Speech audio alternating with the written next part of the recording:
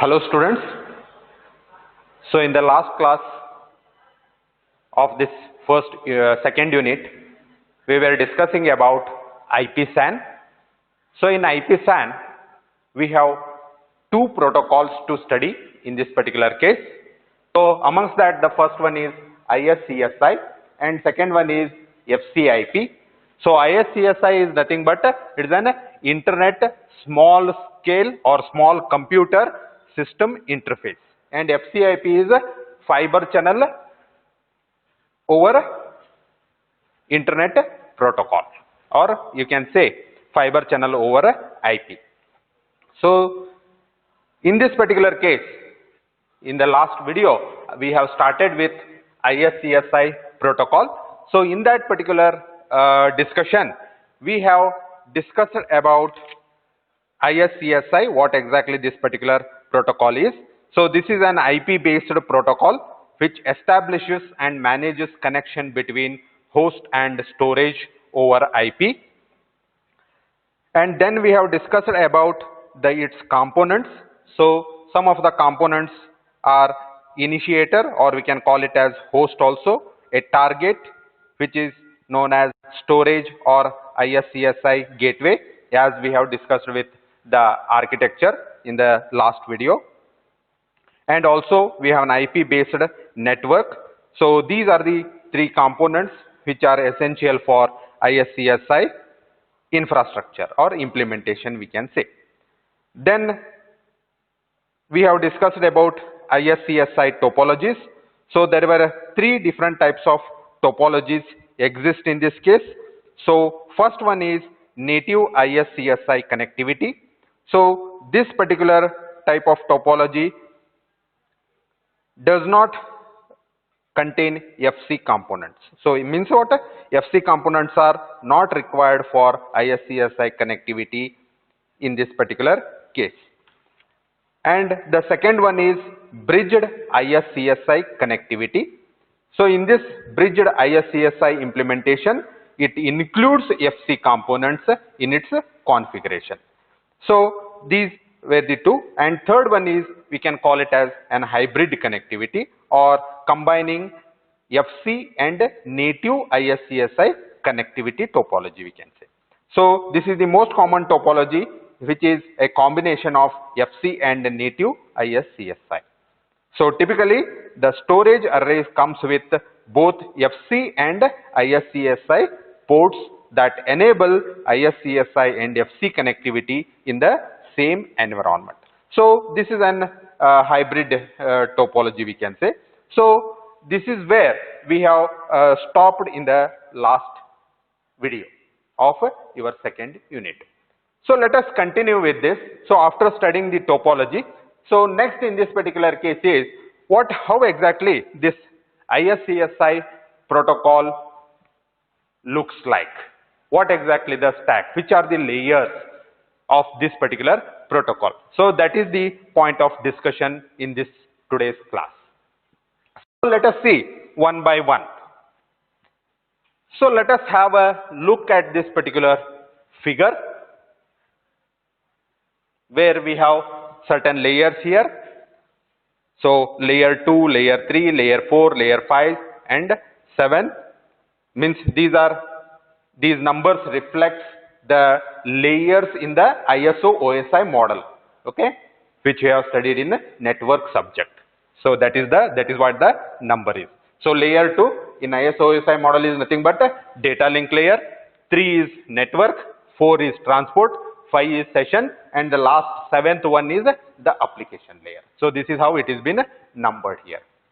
Okay. So let us continue this particular discussion. So this particular figure displays the model of iSCSI protocol layers and depicts the encapsulation order of the SCSI commands. Means SCSI means small computer system interface commands for their delivery through a physical carrier. SCSI is the command protocol that works at the application layer of the open system interconnection, that is OSI model. The initiators and the targets use SCSI commands and responses to talk to each other. Okay, so this is an ISO OSI model reference, and with respect to that we have an iSCSI initiator and iSCSI target. So these initiator and the targets communicate with each other through SCSI commands. The initiators and targets use SCSI commands and responses to talk with each other. The SCSI command descriptor blocks, data and status messages are encapsulated into TCP/IP and transmitted across the network between the initiators and the targets. Okay, so this command descriptor blocks, data and status messages are encapsulated in this SCSI. Okay, that is the top layer of this iSCSI initiator.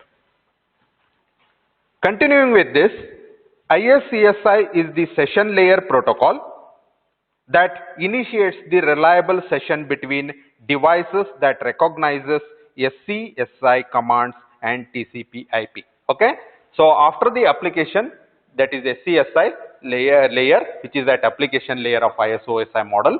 So the next layer in this particular case is iSCSI, Internet Small Computer System Interface. So that comes under the session layer. So already you people are aware of what exactly the objective of ISO OSI model layers. Okay, so keeping that particular thing in mind, these particular services, means services of these iSCSI initiator layers has been defined. Okay, so iSCSI is the session layer protocol that initiates the reliable session between the devices that recognizes SCSI commands and TCP/IP. The iSCSI session layer interface is responsible for handling login, authentication, target discovery and session management. Okay, with respect to iSCSI target is concerned. TCP is used with iSCSI at the transport layer to provide reliable transmission. So this TCP comes at the transport layer of ISO OSI model, which is the next, what you can say, the layer after iSCSI. Okay, that is TCP. So this is used with iSCSI at the transport layer to provide reliable transmission. Okay, so this is very essential. So TCP controls message flow, windowing, error recovery and retransmission. It relies upon the network layer of the ISO OSI model to provide global addressing and connectivity. So this is very essential part of the network. And coming to the last layer, that is layer 2, that is data link in the ISO OSI model. So this layer 2 protocols, so something like internet we have specified here. So Ethernet, not internet, Ethernet. So this particular protocol at the data link layer of this particular model enables node to node communication through physical network or the other network, we can say. Okay, so this is the physical connection between the initiator and the target. So this is through Ethernet. The data is been, or what you can say, the data unit is been communicated. Okay, so on the top of at the application layer, this includes commands, and the iSCSI commands are, what you can say, identified by this iSCSI for login and discovery statuses, and then TCP IP ensures that these particular segments are transmitted to the other end at the with respect to the physical connection is concerned. Then Ethernet is the data link layer protocol, which ensures the reliable transmission of the packets or frames to the other side, we can say.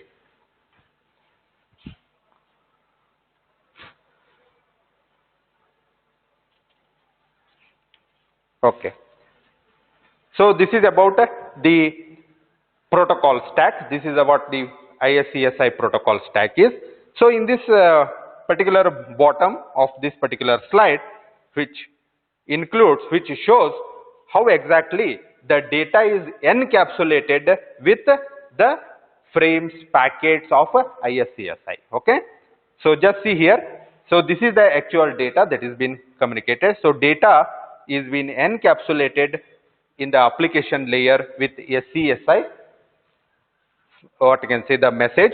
Then this SCSI message together with data is encapsulated in iSCSI message. Then iSCSI message is then encapsulated in TCP IP packet. Okay. Then it is encapsulated with IP packet at the network layer. Then finally the all these particular this entire packet is encapsulated in a frame, that is Ethernet frame at the bottom layer. So this is what the encapsulation of data. From this, it is very much clear about the iSCSI protocol stack operation.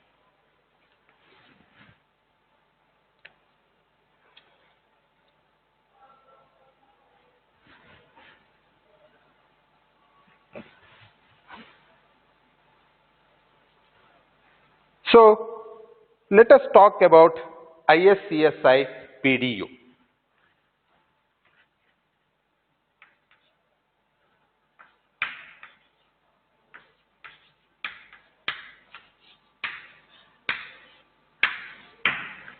Okay, what is PDU? Is nothing but a protocol data unit. iSCSI protocol data unit. So let me draw the PDU, which is encapsulated in an IP packet.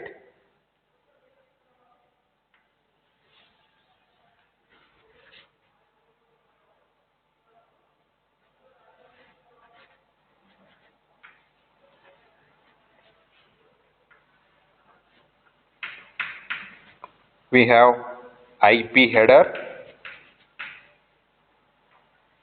Next we have TCP header supported by basic header segment. So these are various fields of this particular packet. PDU means iSCSI packet.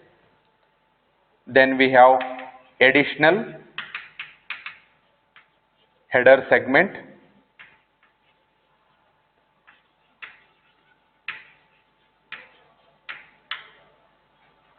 followed by header digest. Then we have a data, followed by header data digest.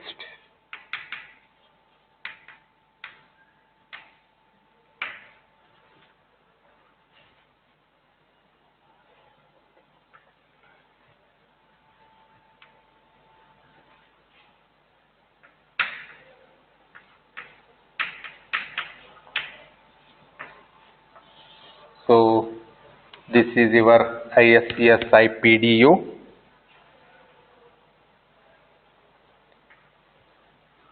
And from this to the header data digest, we have TCP segment.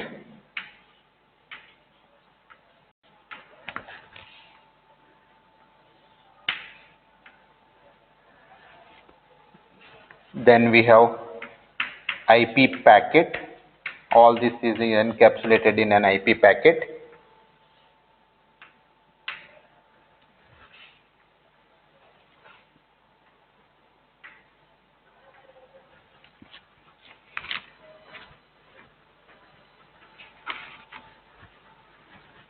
Okay, so your data is encapsulated in an iSCSI protocol data unit. Okay, so this is the segment. This is called as iSCSI PDU. Then entire this iSCSI PDU is encapsulated in an TCP segment. This starts from TCP header to header digest. Then this entire TCP segment is encapsulated in an IP packet. Okay, so that's what we have seen in this particular figure at the bottom.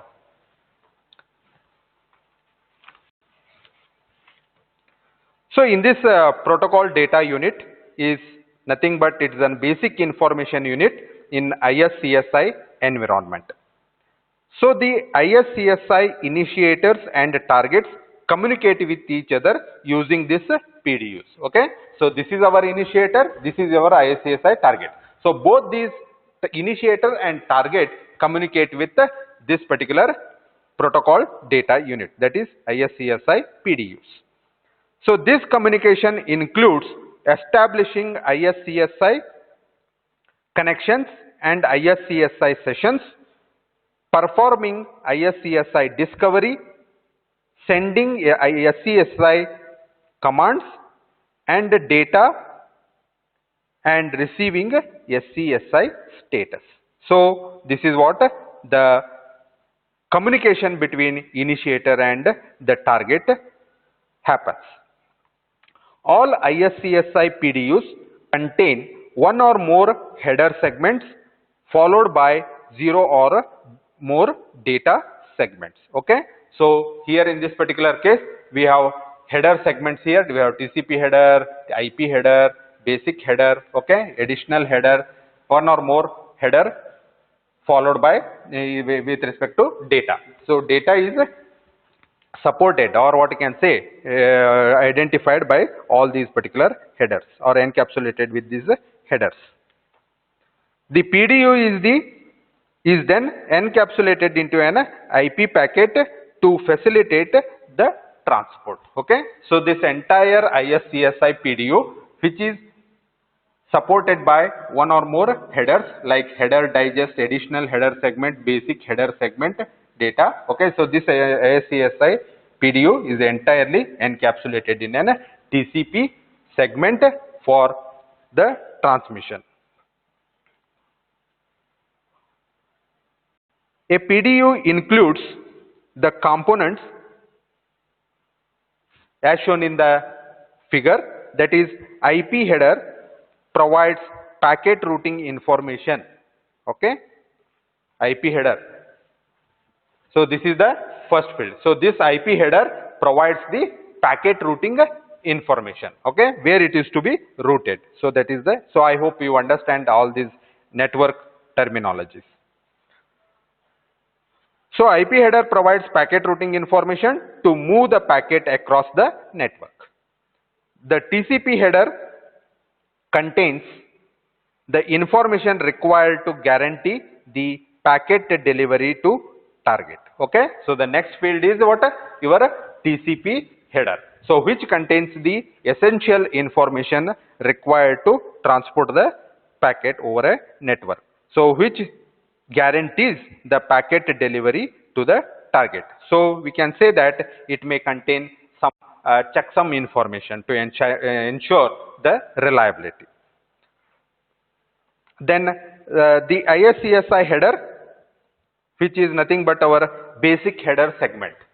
The third field is basic header segment, and this particular field is also known as iSCSI header, which describes how to extract SCSI commands and data for the target.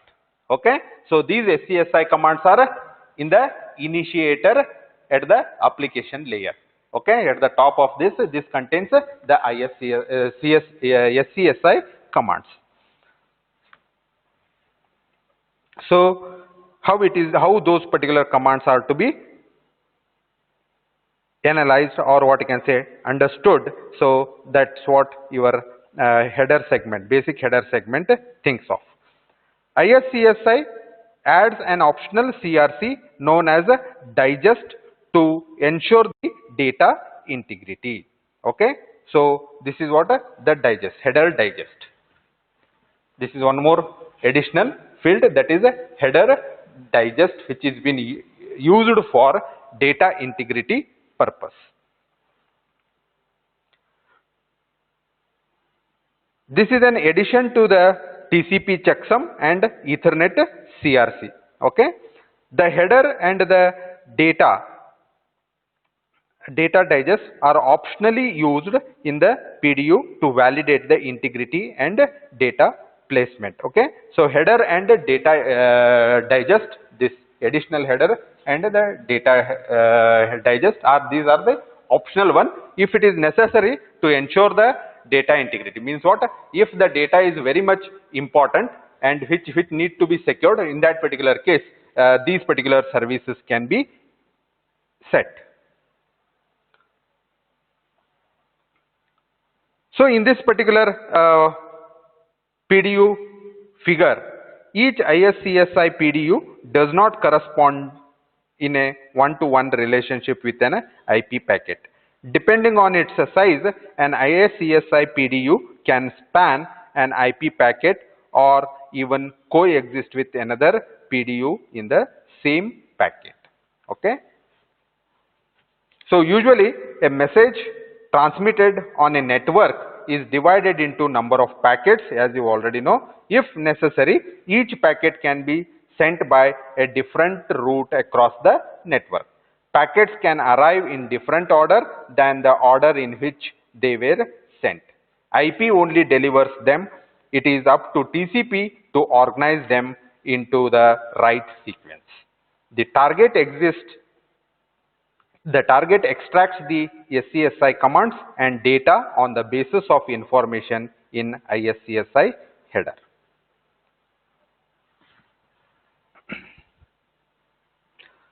So to achieve this one-to-one relationship between IP packet and iSCSI PDU, the maximum transmission unit, which we call it as MTU, size of the IP packet is modified.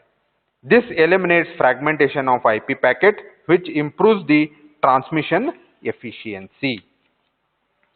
So this is about the protocol or iSCSI protocol stack and iSCSI protocol data unit is concerned.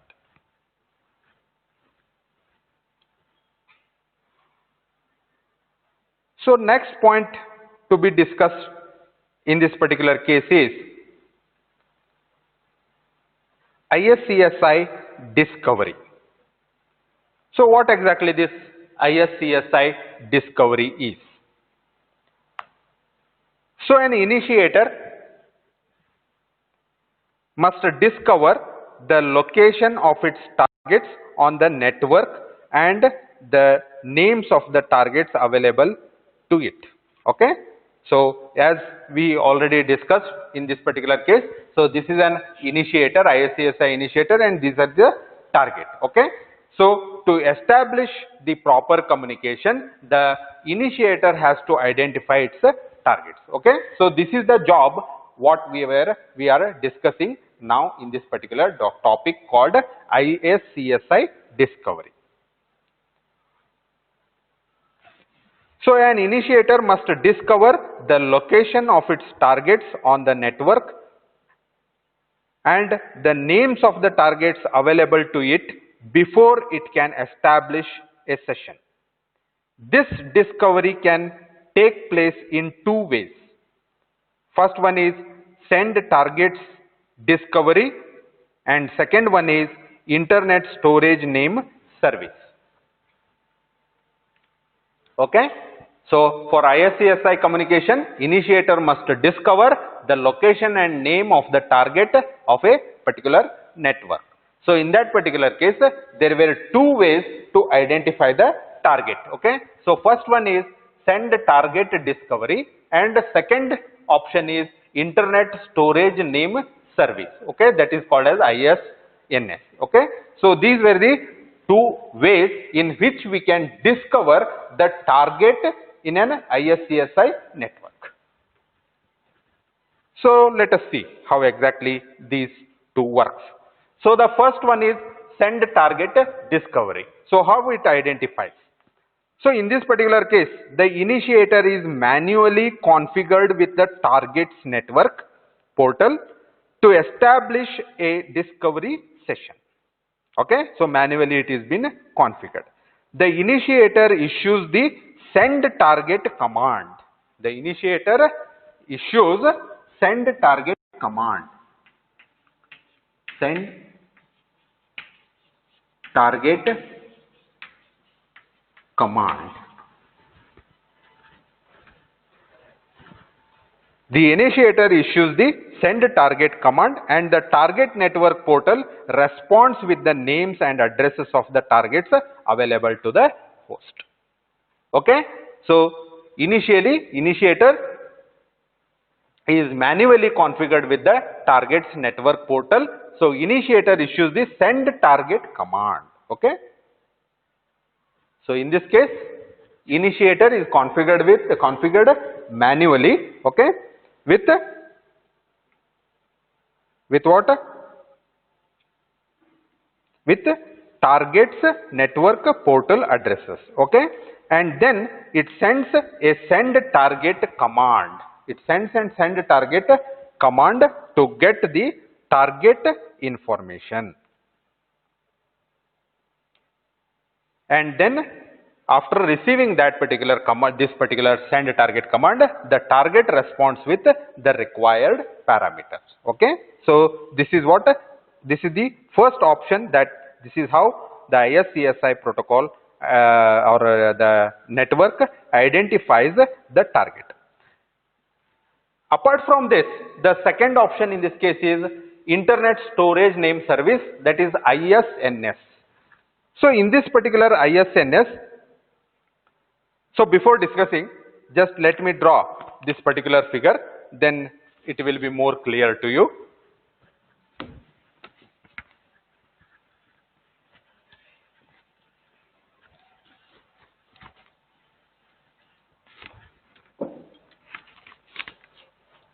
A simple diagram.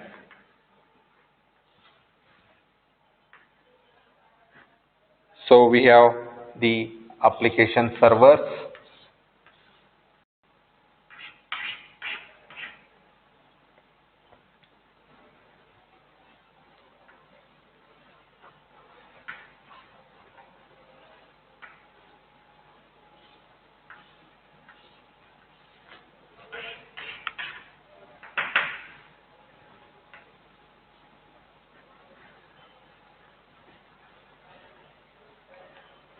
so we can call it as application server. So this we will call it as ISNS server.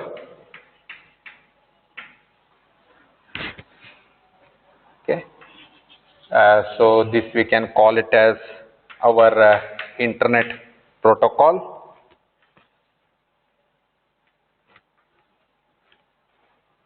So this particular point we can call it as iSCSI initiator.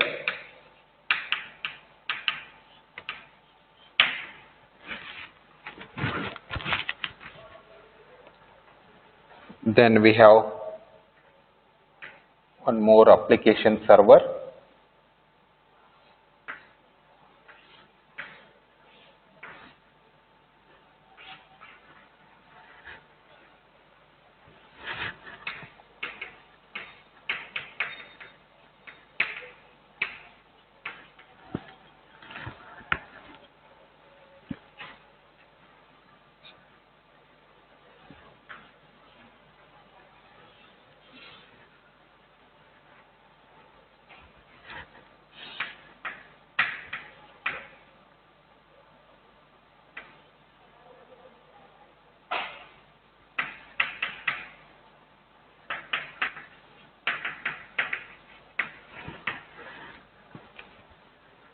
Then finally we have a target.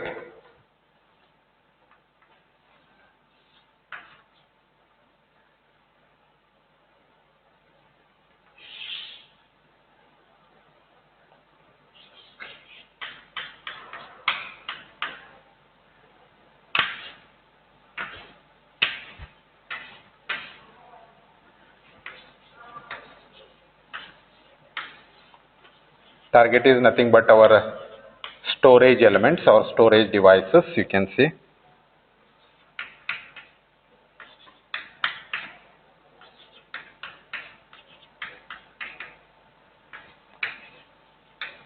This is a storage array.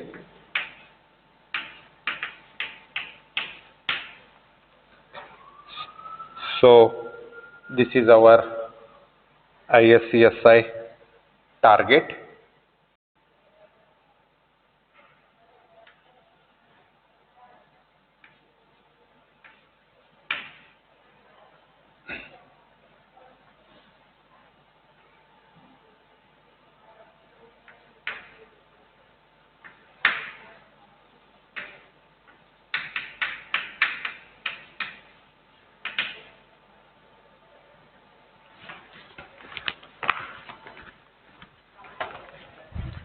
Okay, so we have application servers, various application servers.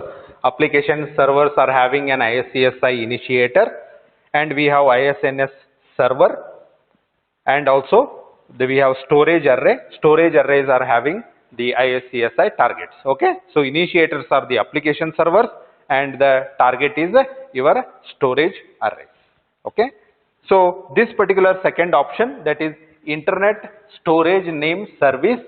Okay, how it discovers the target. Okay, so in this particular case, ISNS service, it enables automatic discovery of iSCSI devices on an IP network. Okay, so it automatically identifies the storage or the targeters through this particular IP. Okay, so initiators and targets register themselves with the ISNS server. How? Using ISNS server.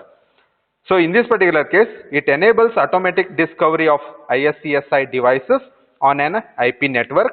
The initiators and targets can be configured to automatically register themselves with ISNS service. Okay, so both these initiators and the targets automatically register to an ISNS server through an IP. So these particular targets and initiators are configured like that. Whenever an initiator wants to know the targets that it can access, it can query the ISNS server for a list of available targets. Okay, the discovery can also take place by using service location protocol also. Okay, so this is how the second option works. Okay, so one is the manually identifying the targets, and second one is the automatically discovering the targets. Okay, so these were the two options available for discovery of the location of the targets.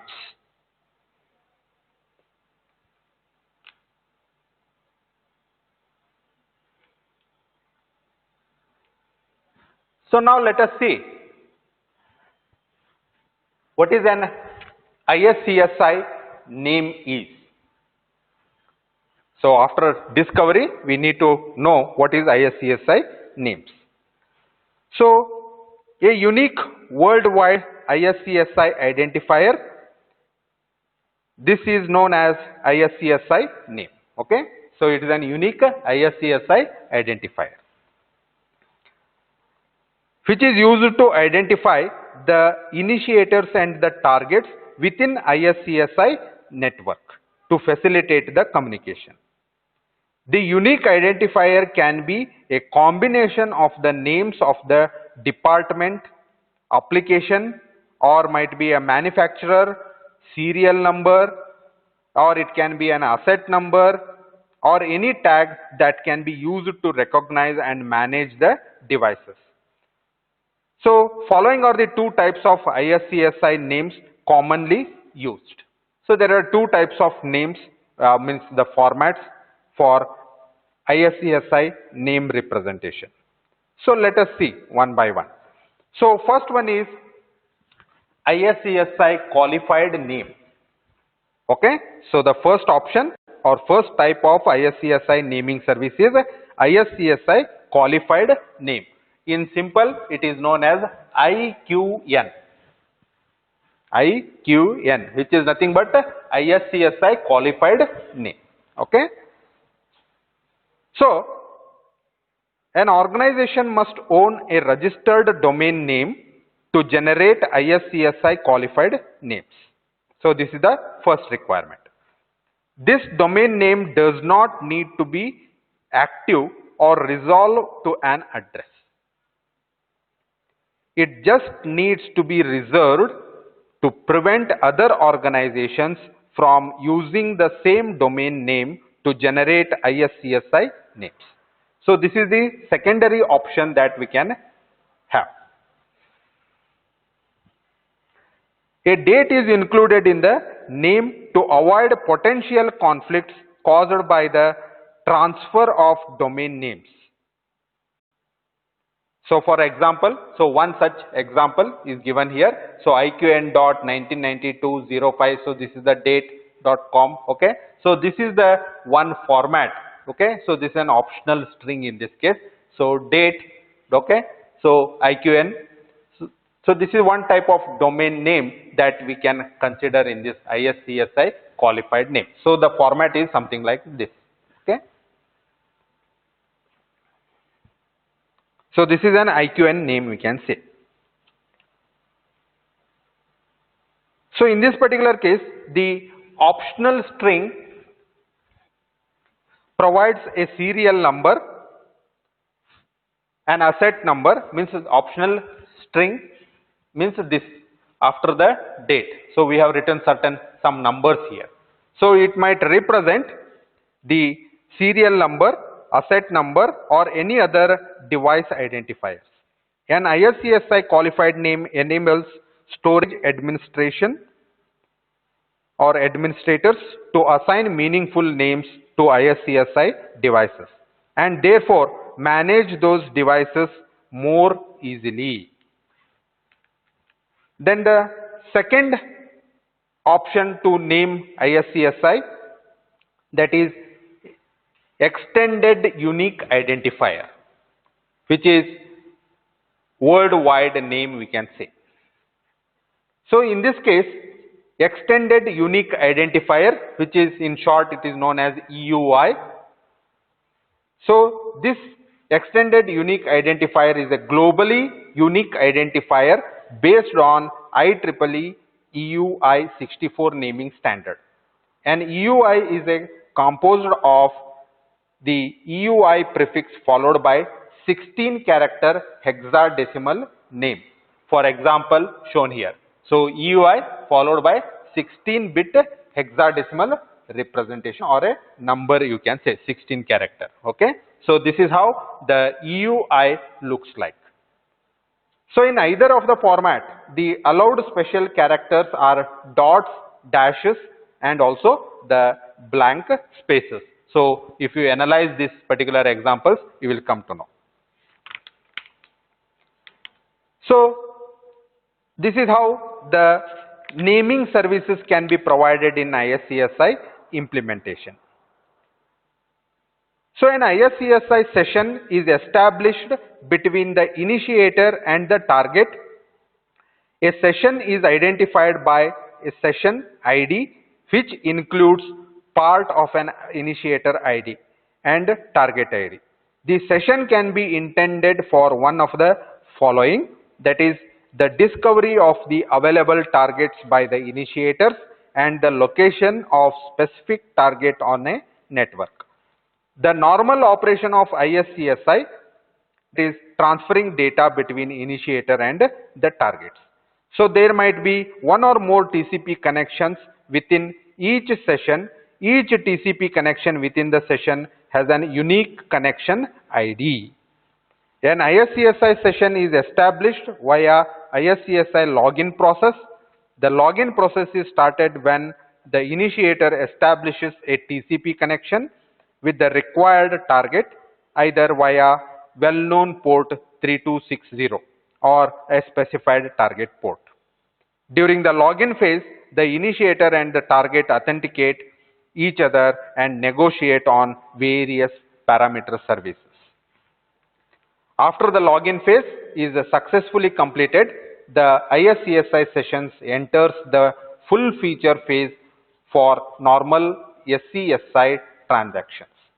In this phase, the initiator may send SCSI commands and data to various LUNs on the targets of by the encapsulating them in an iSCSI PDU that travel over the established TCP transmission. This is how the iSCSI sessions can be established. Okay. So this is about your iSCSI protocol and the implementation. So with this particular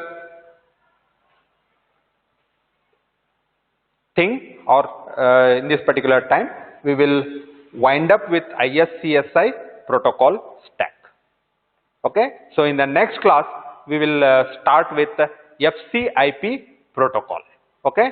What exactly this particular protocol is for and how the protocol stack is. So that I think we will discuss in the next video. So thank you very much.